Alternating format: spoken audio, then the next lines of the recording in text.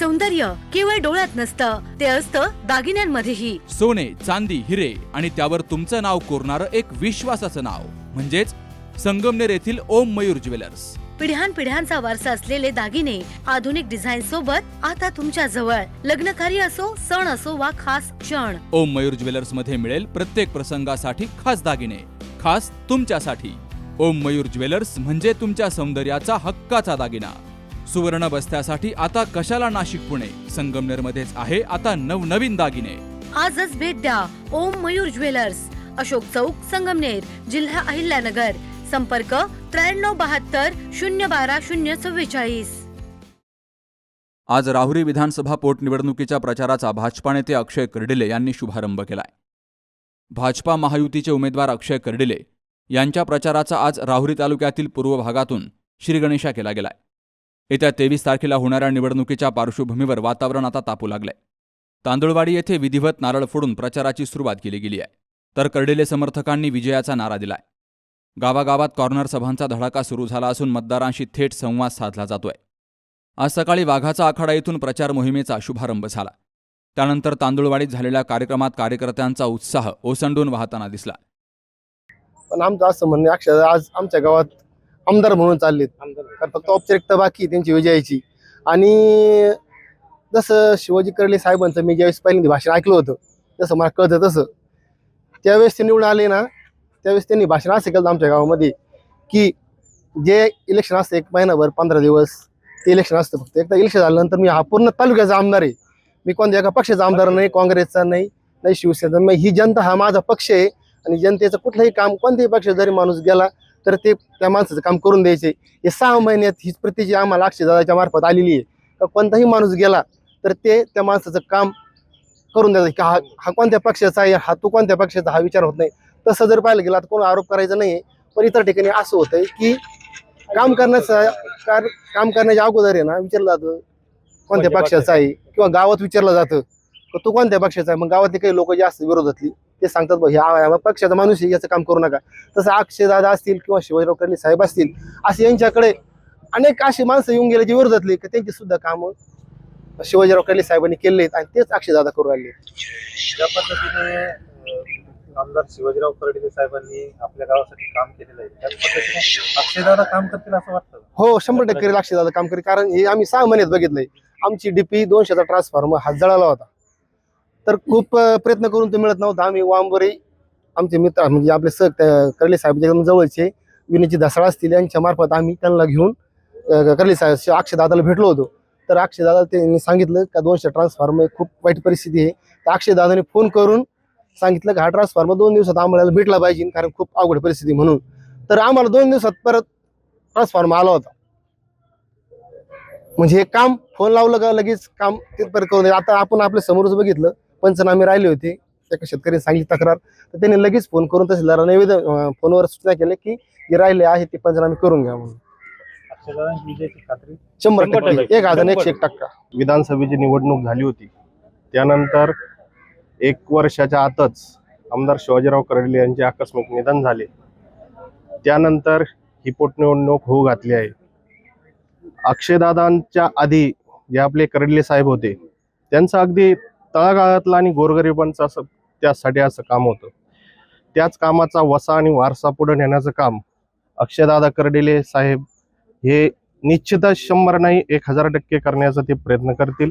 आणि जी कामाची खुबी आणि जी धमक आहे ती अक्षयदादांमध्ये निश्चितच आहे. त्यामुळे आमच्या गावाला नव्हे तर पूर्ण मतदारसंघातील जनतेला, गोरगरिबांना, जो पीडित आहे अशा लोकांना 100% अशी खात्री आहे की अक्षयदादांकडे कुठलंही काम घेऊन जा, ते निश्चितच 1000% काम होईल, याची गॅरंटी या मतदारसंघातील लोकांना आहे. आपल्या गावातील मतदार 100% अक्षयदादांच्या पाठीमागे राहतील. 1001%. ही ग्वाही आम्ही पूर्ण आमच्या तांदवाडीतील गावातील सुज्ञ नागरिक, गोर गरीब, माता भगिनी यांच्या आणि युवक मित्र यांच्या जोरावर मी असं पूर्ण ग्वाही देतो की 1001% पूर्ण गावातील जे नागरिक आहेत ते अक्षयदादा कर्डिले यांच्या सोबत आहेत आणि भविष्यातही राहतील. महायुतीचे सरकार आज सध्या भाजपाचे आहे. तसेच अक्षयदादा आहे. कर्डिले साहेब आज नसताना अक्षयदादांना आज निवडणुकीला सामोरे जात आहेत अक्षयदादा. आणि आमच्या आरडगावसाठी कर्डिले साहेबांनी अतिशय असे विकासात्मक कामे केलेली आहेत. आणि आज अक्षयदादांना निवडणुकीला सामोरे जात असताना अक्षयदादांचा विजय हा होणारच आहे, पण तो जास्तीत जास्त मताधिक्याने व्हावा हीच मी सर्व राऊरी तालुक्यातील जनतेला, मतदार बंधूंना विनंती करीत आहे की जास्तीत जास्त लीडने अक्षयदादांना मतदान करावे हीच विनंती मी करीत आहे आज. कर्डिले साहेबांची कामाची चुणूक अक्षयदादांमध्ये दिसते का? हो, अक्षयदादा कर्डिले साहेबांनी जे सर्वसामान्य जनतेसाठी जे कामं केलेले आहेत ते आज मला कुठेतरी आज जाणवलं. दादा आज गावामध्ये आले तर आज असं वाटलं की मी साहेबांनाच त्यांच्या रूपाने बघत आहे. आणि अक्षयदादा हे काम पूर्णपणे करतील ही जनतेने मतदान रूपी त्यांना आमदार करावे हीच माझी इच्छा आहे. शिवाजीराजे कर्डिलेंना अक्षयदादांच्या रूपामध्ये बघून मतदान करतो, कारण की आम्हाला शिवाजीराजे कर्डिले यांनी आम्हाला नदीपट्टा असू द्या, लाईट संदर्भात असू द्या, शेतकऱ्यांच्या संदर्भात सांगतो मी, तर 2016 पासून नदीला किटीवर असून सुद्धा त्या किटीवर मध्ये पाणी अवेलेबल होत नव्हतं. तर किटीवर भरायचा हा कर्डिले साहेबांनी आम्हाला शिकवलं. आणि नदीच्या कडेचे जे लोक नदीपट्ट्यात असून सुद्धा त्यांना पाण्यापासून वंचित राहिलेली होती शेतकरी, त्यांना खऱ्या रूपाने नदीला पाणी उन्हाळ्यामध्ये सोडण्याचं काम गेल्या 10 वर्षापासून ते कर्डिले साहेबांच्या रूपाने म्हणजे पूर्णत्वास आतापर्यंत आलेलं आहे. त्याच्यामुळे त्याचे उपकार फेडण्याची वेळ खरं कर्डिले साहेबांची. ते अक्षयदादांना जेवढा आरडगावातून जेवढं मतधक्य जास्तीत जास्त होईल ते म्हणजे ऋणी होण्याचा प्रयत्न आरडगाव होईल या गोष्टीतून. प्रचार अतिशय चांगल्या पद्धतीने चाललाय. प्रत्येक गावगाव आम्ही जातोय, प्रत्येक गावामध्ये एक वेगळा उत्साह पाहायला मिळतोय. पण ह्या उत्साह आहे पण आनंद नाही. प्रत्येकाच्या मनामध्ये एक दुःख आहे की कधी कोणाला सहज मनातही वाटलं नव्हतं की पोटनिवडणुकीला साहेबांच्या जागेवरती सामोरे जावं लागेल. म्हणून आता प्रत्येक व्यक्ती मी गावामध्ये गेल्याच्या नंतर भावना व्यक्त करतोय, आठवणी सांगतोय.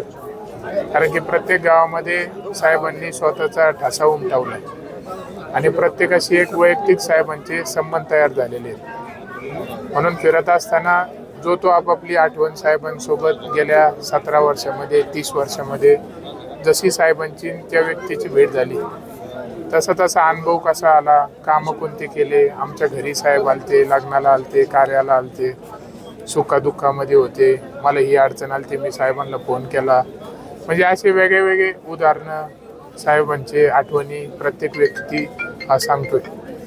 म्हणून आता या प्रचार करत असताना ही प्रचार फेरी नसून ही एक साहेबांची आठवणी आपण म्हणतो. प्रत्येक गावोगावी जाऊन प्रत्येकाशी आपण भेटून त्या आठवणींना खरं म्हणजे प्रत्येक व्यक्ती उजाळा देतो. काय आव्हान वाटतं काय प्रतिस्पर्धी उमेदवारांचं? आता मी फिरत असताना मला उमेदवारच आठवत नाही कोणतेच. म्हणजे मला ही निवडणूकच वाटत नाही.